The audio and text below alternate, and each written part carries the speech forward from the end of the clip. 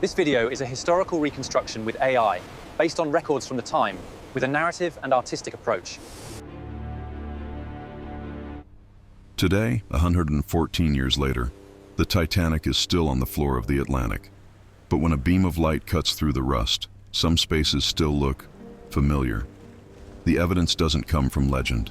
It comes from objects, structures, and the marks left by water, tilt, and collapse.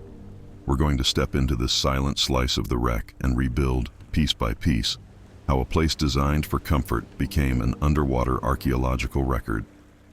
Before we descend through these corridors, hit like and subscribe to follow the full reconstruction, from the luxury to the moment everything changes.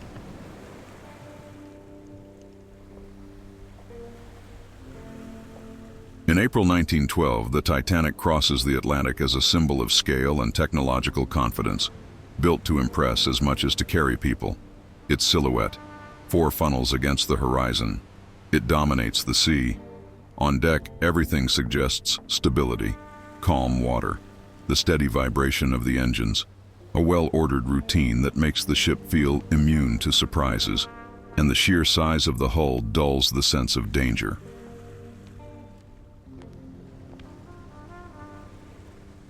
Because the voyage looks like a system too big to fail, not suddenly, not all at once.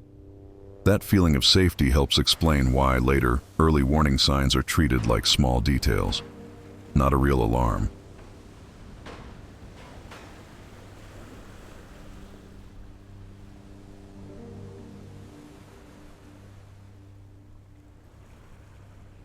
Inside, first class runs like a world designed to preserve comfort and social order, with a constant flow of staff, service choreographed to look effortless, electric lighting, thick carpets, and carved woodwork, project modernity for the era. They reinforce the illusion of structural permanence. Even as the night deepens, life on board keeps its rhythm. Support areas work quietly, doors open and close in a steady cadence. In a setting like this, any change gets absorbed by normalcy.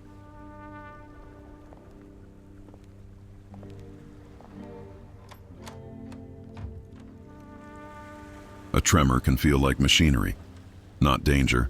That contrast, luxury sitting on top of risk, is one of the keys to understanding how an emergency can spread before everyone realizes it at the same time.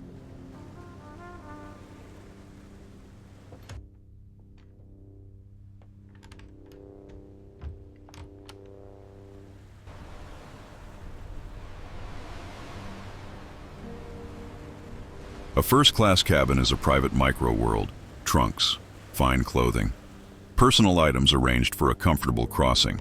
It feels sealed off from the rest of the ship. Closed doors, low light, a controlled temperature, silence broken only by the steady pulse of the engines. But when a hull is damaged, the first signs rarely announce themselves as catastrophe. They show up as small physical changes.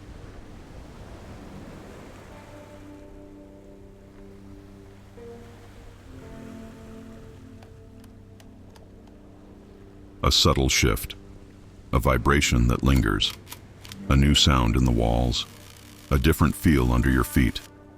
And little by little, the space reads differently. What was a refuge becomes a place where decisions have to be made fast, because the environment stops promising stability.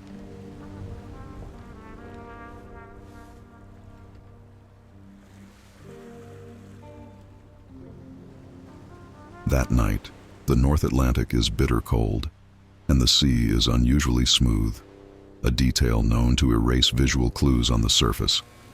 Ice warnings circulate through operational areas, but they don't always reach passengers in a way that feels urgent. So the routine continues, as if nothing is off. Up top, the lookout tries to compensate for darkness and low contrast.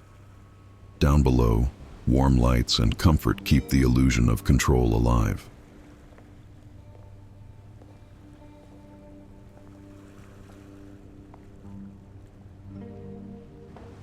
That gap between information and experience creates delay. People don't change behavior because they don't feel the threat. On a complex system like an ocean liner, that delay is critical, because decisions depend on time, access, and guidance.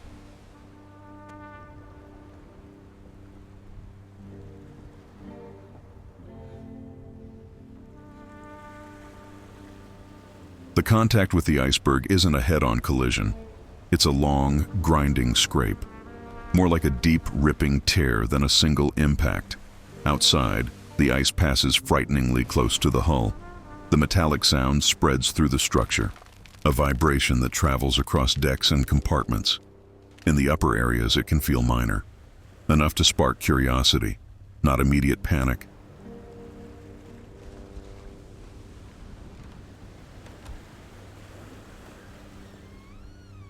But the real damage happens below the waterline. The scraping compromises compartments in sequence, and the ship begins losing buoyancy at the front. That mismatch, "it felt like nothing," versus "it changed everything," defines the first minutes after the damage.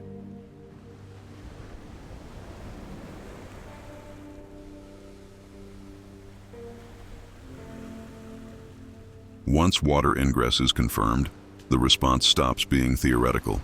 It becomes procedure. Watertight doors, rapid inspections, reports moving fast to the bridge. On a ship this size, what matters isn't just there's water, it's where and how many compartments, because that decides whether the Titanic can hold balance and stay afloat. The wireless shifts into emergency mode, calling for help, coordinating information, and quietly, passengers begin being guided upward.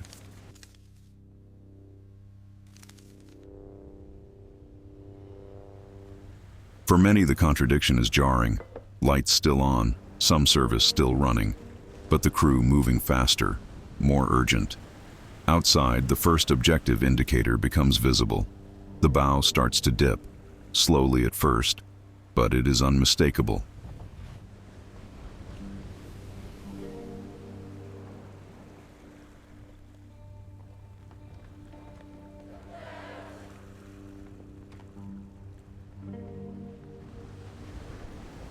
In maritime emergencies, people often understand the danger before they ever see water.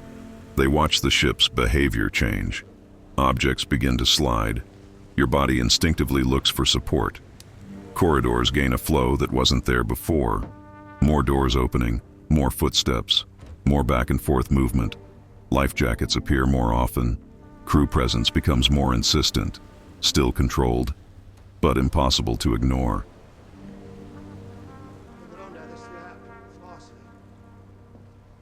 The interior remains elegant, yet it stops feeling like a hotel. It starts feeling like an evacuation route, where time matters more than comfort. Outside, the geometry tells the story. The bow keeps going down, and once that happens, everything that follows is different.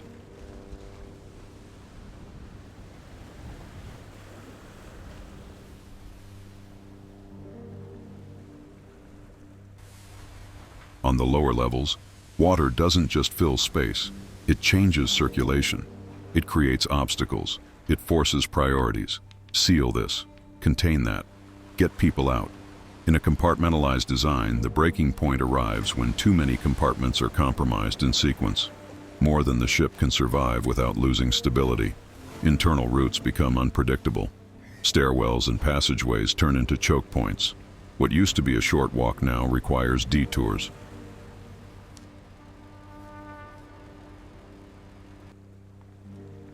Meanwhile, on the upper decks, some passengers still hesitate, because the environment doesn't look dangerous, and that hesitation costs minutes. The result is quiet and cumulative.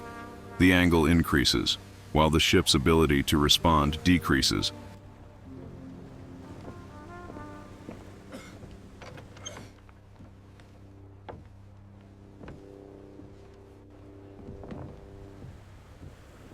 Preparing lifeboats is manual, demanding, covers off, pulleys checked, lines distributed, davits worked by hand in cutting cold and rising pressure on deck. In 1912, evacuation isn't pushing a button. It's coordinating people, weight, boarding order, and descent. With limited ways to communicate clearly over wind, metal, and sea. Groups arrive with different levels of information. That creates delays, and attention that stays contained, even as the procedure tries to remain disciplined.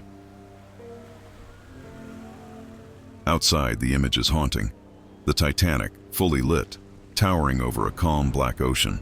From the outside, it still looks like a functioning giant. From the inside, balance is already being lost.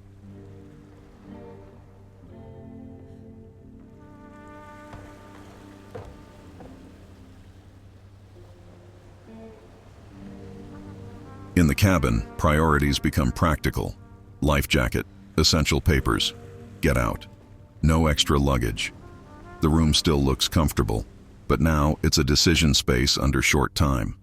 In the corridors, the human flow points upward, because access to the boats depends on routes that are still open.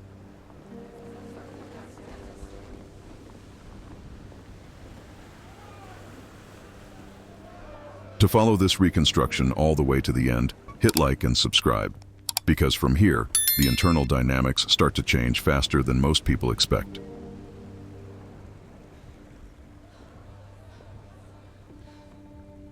This video is a historical reconstruction with AI, based on records from the time, with a narrative and artistic approach. As the angle increases, moving isn't just walking anymore. It takes balance. Reading the flow, choosing routes fast. The crew opens passages and tries to guide people. But guidance depends on visibility and cooperation, and not everyone has the same information. On the lower decks, water redraws the internal map. Some routes simply stop existing.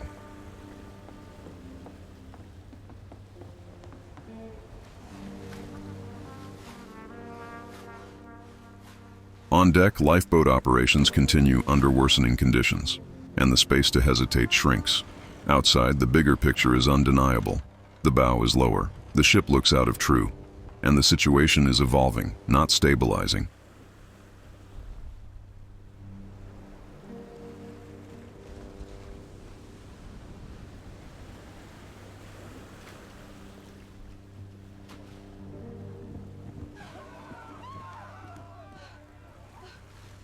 When water reaches areas that once felt safe, the illusion breaks for good. Carpet darkens. Cold pours in. The soundscape changes. Sloshing water, impacts, cracks. A ship that used to be quiet now speaks in hard mechanical language. Everyday objects become hazards. Suitcases begin to float. Papers scatter. Furniture shifts, blocking passage and shrinking usable space. The tilt transforms everything. The floor stops being a reliable reference. Walls become handholds just to stay upright.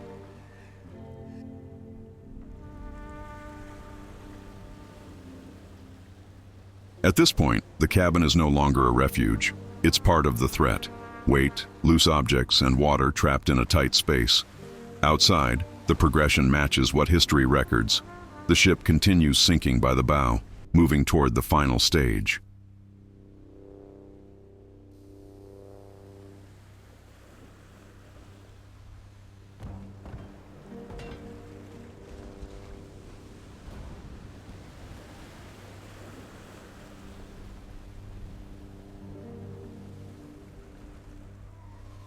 Here, physics takes over completely. The interior stops behaving like a room. It becomes an unstable volume of water, pressure, and shifting mass. Power failures appear in bursts, and the sounds grow deeper, heavier, suggesting a hull under stress. Outside, the sequence asserts itself.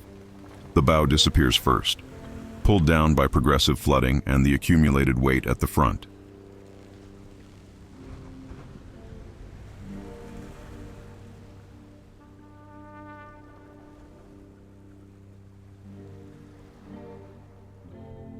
Then comes the break, the result of extreme forces created by the angle and the uneven support between sections. The stern remains for a moment, then it begins its own descent, ending the visible phase of the sinking. This is the core of the video, because it compresses the biggest, most visual change into the shortest span of time.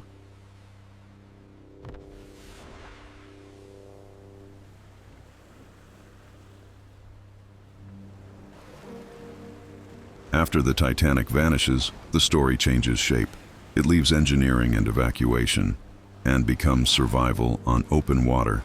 Lifeboats drift across a cold, black ocean, wind cutting, wood creaking with every small movement. Now, direction depends on rowing, staying clear of debris, and conserving heat, because the cold is the dominant force. Without the ship as reference, the horizon turns into a blurred line. Time feels distorted, slower, yet every minute matters.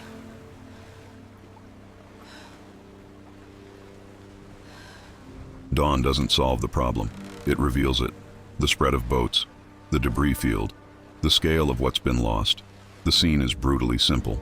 Calm sea, brightening sky, and people trying to stay alive.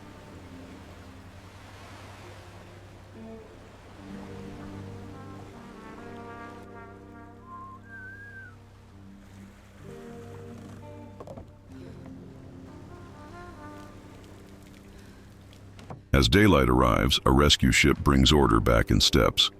Approach. Lines thrown, stabilize. Survivors brought aboard safely.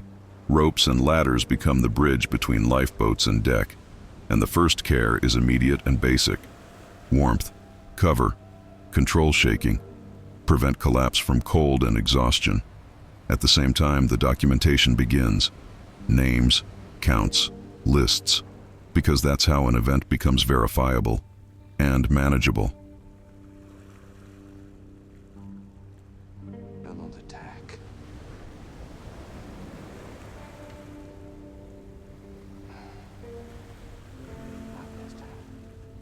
The ocean may look calm, but the wear shows in slow movements, in the struggle to climb, in the posture of shock. Hours earlier, a brightly lit liner filled the horizon. Now there are boats, records, and procedure.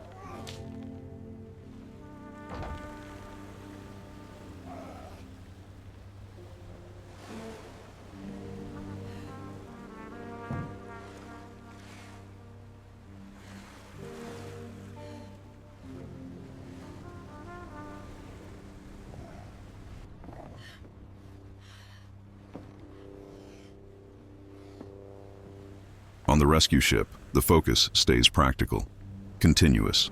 Take people in, warm them, organize survivors in a space that is still cold and damp. Blankets, hot drinks, basic routines of care don't erase trauma, but they reduce immediate risk and make movement through the ship possible.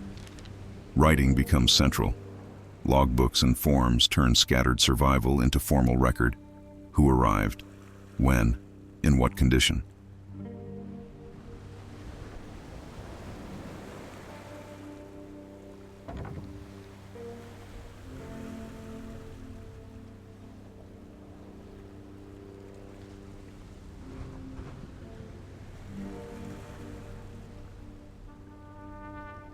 Then as land and traffic appear, crowds, small boats, a busy harbor, the disaster stops being a night on the ocean. It becomes global news. From here, the next phase begins: investigation and explanation.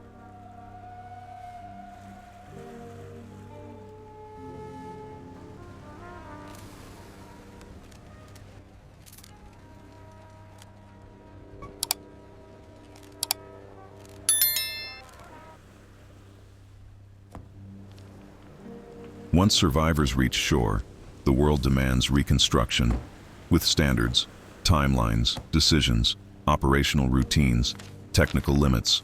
The press wants images and stories, but inquiries depend on documentation, ship procedures, and consistency across testimony. The analysis turns to the wireless, ice warnings, lifeboat preparation, and how information moved between crew and passengers.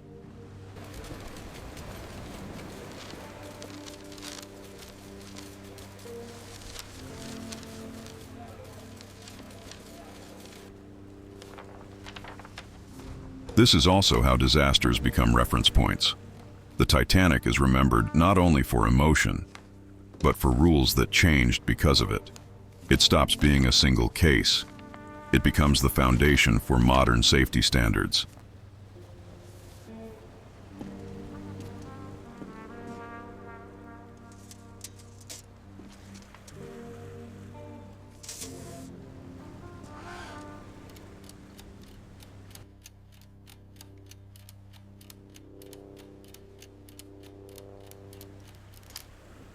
Inquiry findings and public debate translate into concrete measures, with direct impact on commercial navigation.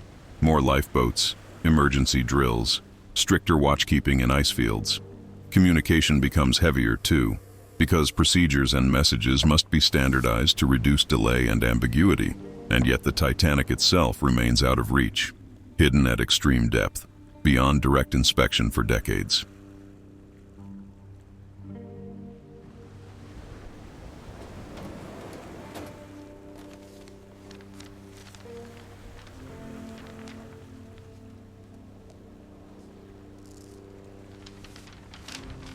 Without the physical site, memory lives in papers, photographs, and accounts, which also makes it easier for inaccurate versions to grow. That's why, later, locating the wreck isn't just finding a ship. It's recovering material evidence.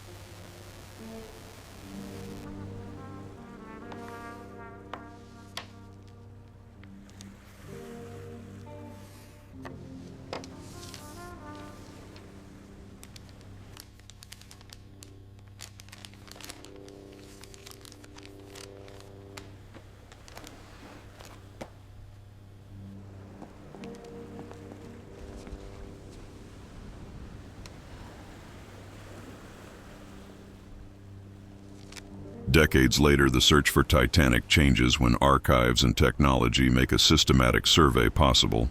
Not guesses, not mythology. Method, maps, testimony, and calculations narrow the search area. But the Atlantic floor is still enormous. The lab and archive scenes make a point. Discovery doesn't start at sea. It starts in preparation, comparing sources, building a plan that can actually work.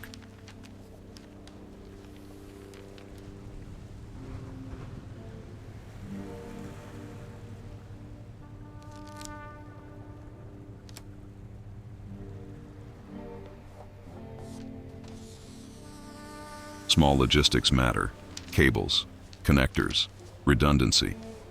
Because at depth, failure isn't forgiven. From here, Titanic enters the age of modern deep-sea archaeology.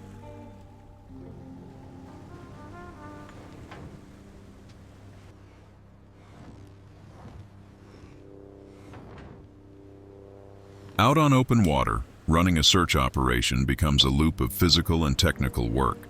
Deploy equipment, manage cable under tension, keep the system stable through changing weather and sea. Inside the ship's lab, interpreting signals takes discipline, because tiny variations can mean miles of difference on the bottom. The repetition is the point. Sweep, record, correct, sweep again, each pass reducing uncertainty.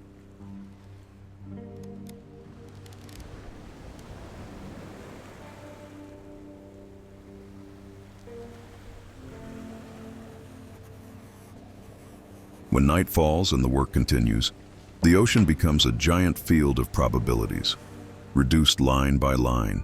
This is science, not a magic moment.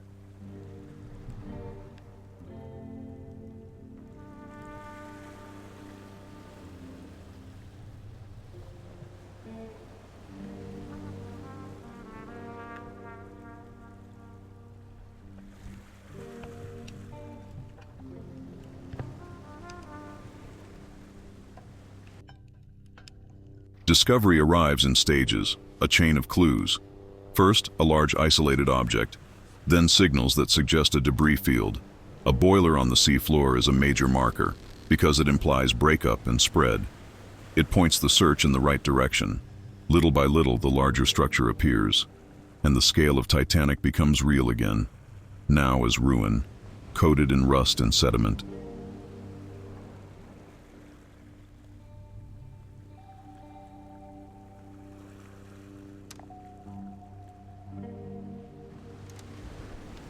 This step is crucial, because on the ocean floor, shapes can deceive without reference. When the bow emerges in the lights, the story stops being only testimony.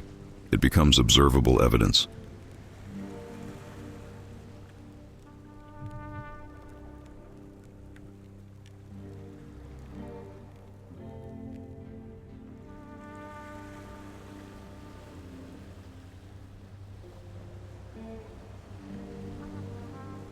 On the seafloor, the Titanic isn't frozen in time.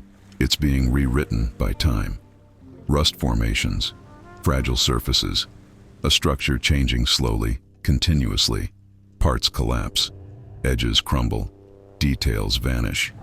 That means footage taken today can capture something that won't exist the same way in the future.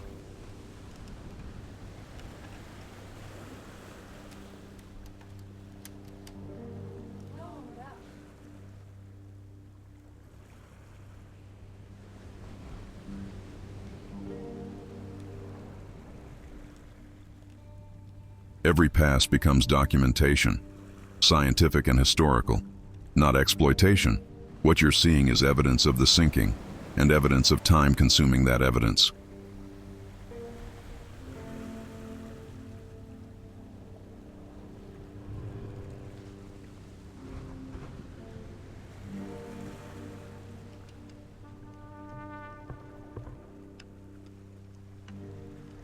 The debris field between the large sections helps explain the breakup and descent. Structural pieces, household objects, fragments scattered across a wide area.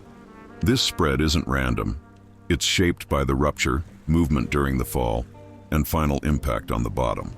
Plates, cutlery, deck components appear together because the energy of the event mixed spaces that were once separated by purpose.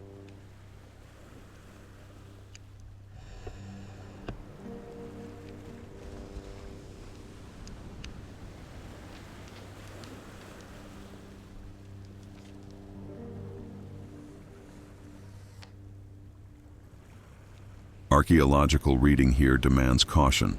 Observe patterns, compare with ship plans. Avoid conclusions the site can't support.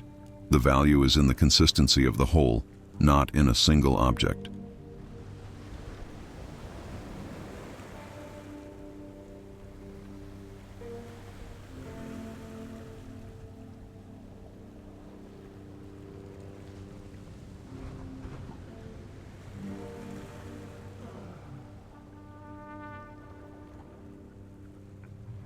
As you move toward interior areas, the first rule is limits.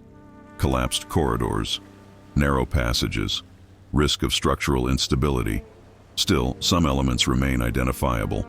Frames, door handles, dividers, enough to connect fragments to what once existed on board. The interior doesn't preserve an intact scene. It preserves a rearrangement, caused by water, fall, pressure, and decades of decay.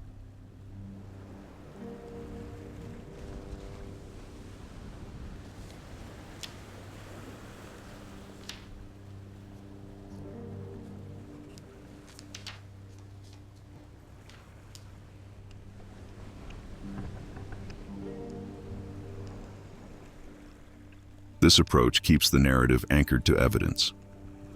What's shown is what can be supported by structure and context. That's how a cabin can be discussed as a historical place, even when it's distorted and incomplete.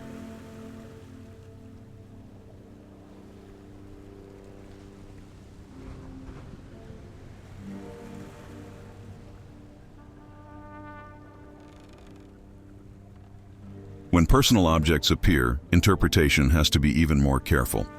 Because this is also a memorial site. Trunks, fragments, everyday items don't explain everything, but they connect architecture, routine, and movement during the sinking and the descent. That's why lab comparison matters. Align photos, check angles, confirm consistency with ship plans, avoid readings built on expectation.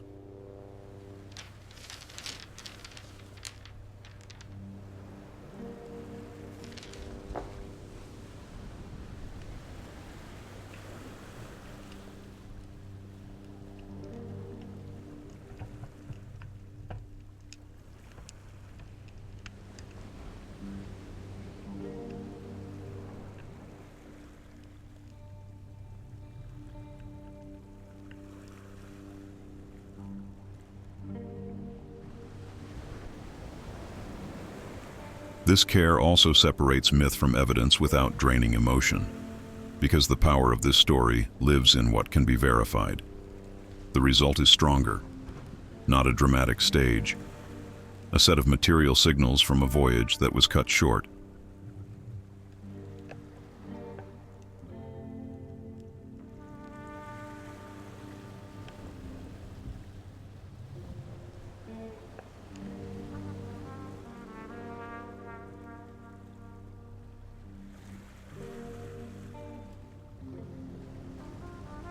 Returning to the cabin as it exists now, what stands out most is the gap between expectation and evidence. There is no last scene preserved. There is a space reshaped by collapse, sediment, and decades of decay. The dark entry, warped frames, and corroded surfaces show an environment reconfigured by water, pressure, and impact on the seafloor, not maintained like a functioning room.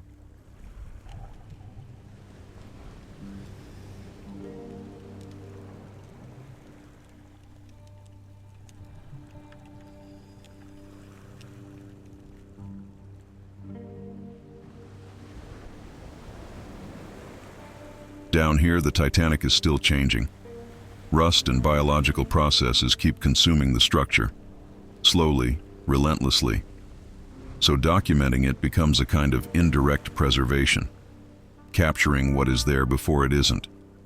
And when the light pulls away and the space returns to darkness, what remains is a physical summary of the sinking, not as spectacle, but as historical evidence that is still disappearing.